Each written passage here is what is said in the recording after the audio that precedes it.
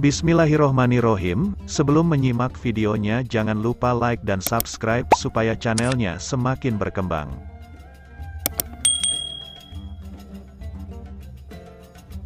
Benarkah Nabi Nuh tidak bersabar karena meminta azab untuk kaumnya? Sebagian orang ada yang menuduh Rasulullah Nuh alaihi salam bukanlah seorang rasul yang sabar menghadapi kaumnya, padahal Allah sendiri menggelarinya ulul azmi di antara para rasul.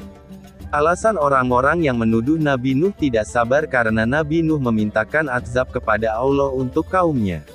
Mari pahami alur kisahnya, mengapa Nabi Nuh mengucapkan demikian, sehingga kita tidak berburuk sangka kepada utusan Allah yang mulia.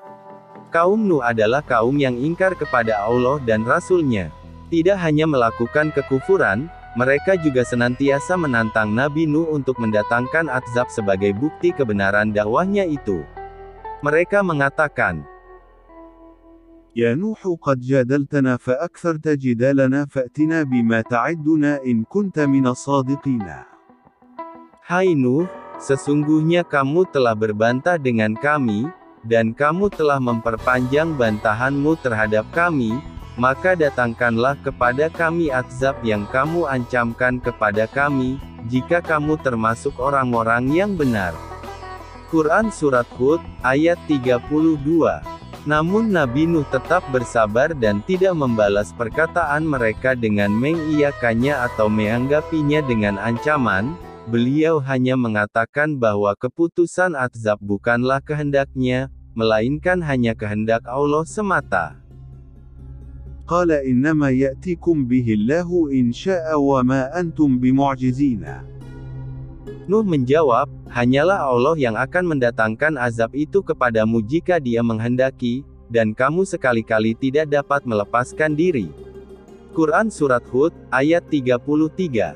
Nabi Nuh yang telah berdakwah selama 950 tahun, tidak hanya di siang hari namun juga di malam hari beliau tidak berhenti menyeru kaumnya. Selama masa yang panjang itu pula beliau bersabar atas gangguan fisik maupun psikis yang ia terima.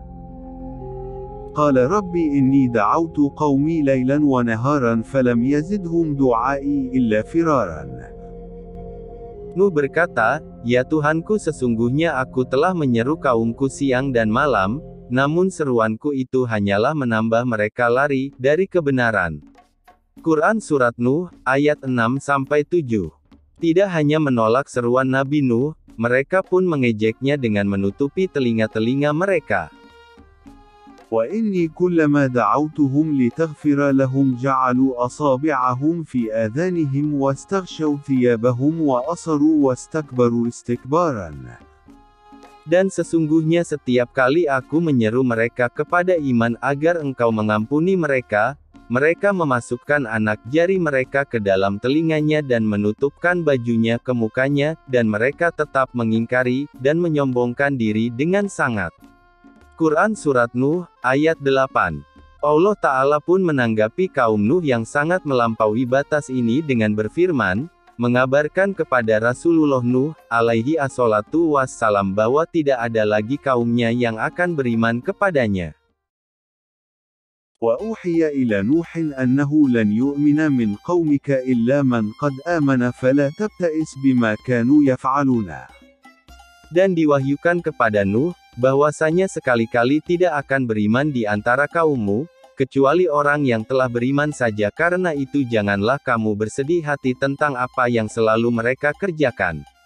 Quran Surat Hud, ayat 36. Artinya, tidak akan ada lagi yang akan beriman kepada seruanmu setelah 9 orang yang telah mengikutimu. Mendengar firman Allah ini, Nuh sadar Allah akan segera menurunkan azabnya kepada kaumnya. Wa qala Nuhun Rabbi la tadhar 'ala al-ardi min al-kafirin dayyaran. Innaka in tadharhum yudhilu 'ibadaka wa la yalidu illa fajiran kaffaran. Jika demikian, Rabbku, maka jangan engkau sisakan seorang pun orang kafir di atas bumi ini. Jika engkau membiarkan mereka, pastilah mereka akan menyesatkan hamba-hambamu yang lain, dan mereka pun akan melahirkan keturunan yang senantiasa berbuat dosa dan kekufuran. Quran Surat Nuh, ayat 26-27. Demikianlah syariat terdahulu, ketika sebuah kaum melakukan dosa dan melampaui batas, maka Allah akan menurunkan azab-Nya langsung di dunia dengan membinasakan mereka. Lihatlah kaum umat Nabi Hud, ketika mereka ingkar dan terus-menerus menyombongkan diri, Allah binasakan mereka dengan angin topan. Umat Nabi Lut, Allah buat mereka binasa dengan menghujani batu api dari langit kemudian membalikkan bumi yang mereka pijak.